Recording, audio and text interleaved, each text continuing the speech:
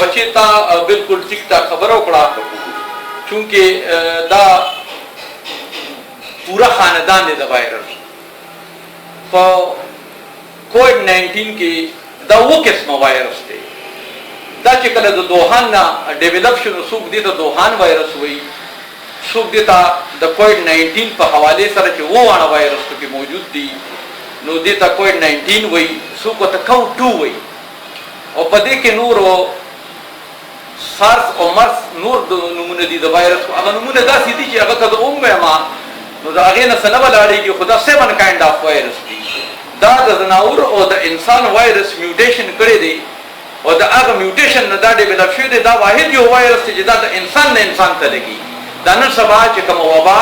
په شکل کې په ټوله دنیا کې خور شوی دی نو دا زمونږ لپاره یو ډېر زیاته غټه علمیه دا زمونږ د ملګرو چې کوم مونږ په کوم خلکو باندې خفه کېږو چونکې زه خو د دکاندارو رورې ما او د هغې حوالې سره به خبره کومه سیاسي لیډرشپ سیاسي خبرې کوي خو چونکې زه خو خپلو دکاندارو ته دا خواست کوم چې دا یو حقیقت دی او دا 7 کایند اف وایرس دی دا یو نه دی خو چې دا مونږ ته اوس کوم کوټو ډیولپ شوی دی نو دا بالکل په حقیقت کې وایرس دی او دا واحد د انسان نه انسان ته لګي یو څو څیزونه دي چې هغه مونږ له پکار دي چې مونږ کوو څه دومره ګرانه خبره هم نه ده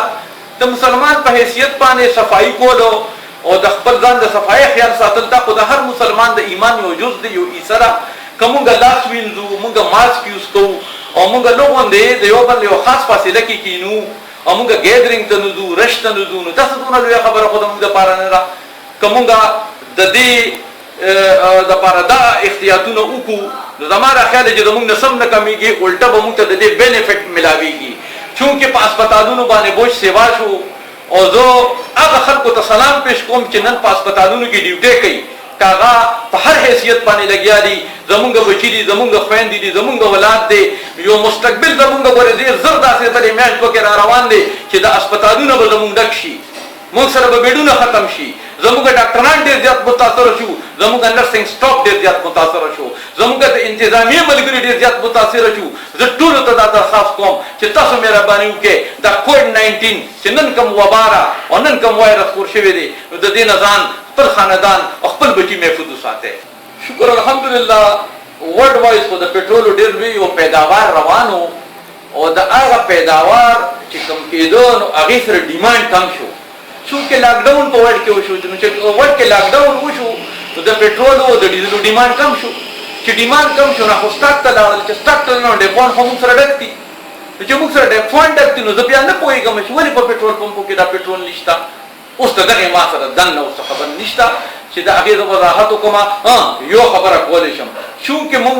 په خپل باندې دکاندار یو نو چې مونږ کله پیسې ګټو نو خدای دې ډېر زیات خوشاله یو چې کله بیلونو بیا خپه یو هغه زموږ نیچر دی نو خیر دا خو به زه کوم هغه یو رښتیا خبره ده نو رښتیا خو زه نشم پټولی که نه چې مونږ څنګه د دې خلکو نه ډوډۍ ګټو او د دې په ډوډۍ باندې زمونږ بچي ډوډۍ اورېده خوري او تعلیمونه پرې کوي نو مونږ له پکار دی چې یو ټایم سره تاوان هم برداشت کړو ډېره مهرباني بچي